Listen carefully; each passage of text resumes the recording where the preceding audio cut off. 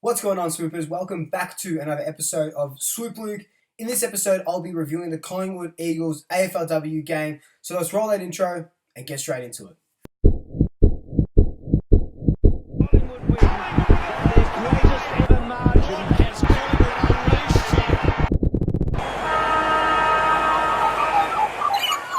On a warm, very windy day down at Vic Park, Collingwood opened their AFLW accounts with a win over the West Coast Eagles, one of the new teams in the AFLW comp.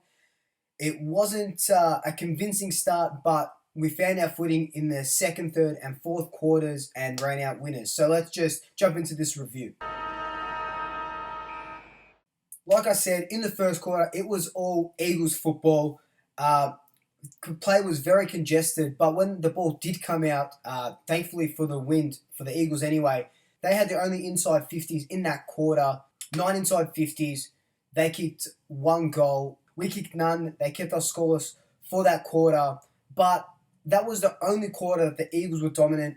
Anything after that, it was Collingwood, Collingwood, Collingwood.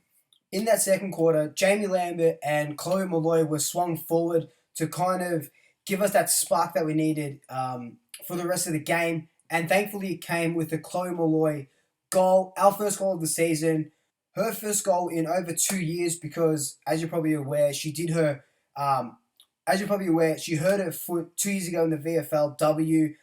Hasn't played in the AFLW for 2 years. She started coming through the VFLW side last year, obviously a premiership player. But this was her first game back in 693 days, and bit of a fairy tale for her to get her first goal back in that game. The girls down back really held their own, especially in that first quarter and through the rest of the game whenever the Eagles threatened to attack. Alana Porter, on her debut, played really well. She was playing deep, almost like a full-back sort of role. Stacey Livingston also played well. Ash Brazel is just becoming one of my favourite players. The way she takes the game on, can take a mark, and her kick-outs and just her kicks in general are just beautiful, and can't wait to see what else she brings this season. Kind of like that Chloe Molloy first goal back, fairy tale. Shani Layden also got her fairy tale first goal in AFLW. After crossing codes from netball, she started to find her feet. She'll admit that it's been a long road, but you can see that a big summer of training has really put her in good stead. Rucked most of the game, found us out deep in the forward line, took a mark off a Jordan Membry kick, just a reflex mark, went back, kicked the goal, bit of the arms out, amazing celebration, and congrats on her first goal in AFLW. One thing I will say about the game and about a lot of the AFLW games that I've noticed, and multiple people have been saying it, is for some reason they've got this defense first mentality, and I'm happy for everyone to correct me if I'm wrong, but I feel like they've gone 16 players instead of 18 on the field, which is great. It's just very congested. But in saying that, Steve Simmons has put in this game plan where we're starting to run the ball through the midfield. We weren't doing that in our previous, 3 seasons.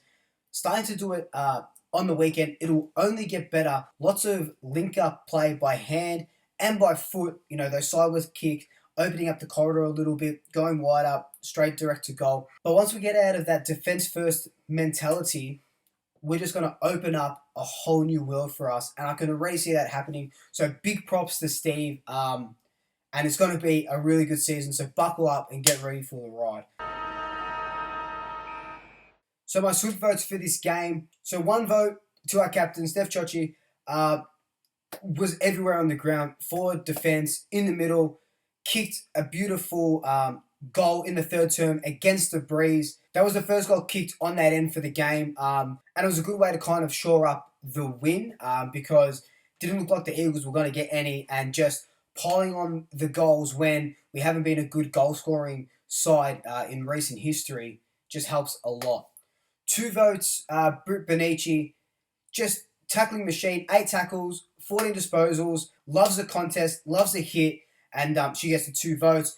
But 3 votes this week, Jamie Lambert, another one of my absolute favourite players in this competition, kicked that beautiful goal, picked the pocket, goal square, smashed it through. 7 tackles, equal high disposal on the ground with 18, and I just love the way she goes about it. She did a lot in the VFLW last season, won the best and fairest. I can't see her not winning this year's Collingwood's best and fairest either. Just can't wait to see what she brings for the rest of the competition. So as I mentioned, I was at Vic Park. It was my first ever game at Vic Park. I've only been there once. I think it was after the 2010 grand final, their family day celebrating, etc. So that was like 10 years ago. But it was an amazing atmosphere. Hearing the Collingwood chant ring out, hearing the Collingwood theme song after the win still sends shivers down my spine. And it was just an amazing experience. Alright, Swoopers. Thank you for listening. Like, comment, subscribe. Tell your family, tell your friends, tell your pets. And until next time, double shackers. I'll swoop you later. In this episode, I'll be reviewing the Collingwood Carlton. Oh shit!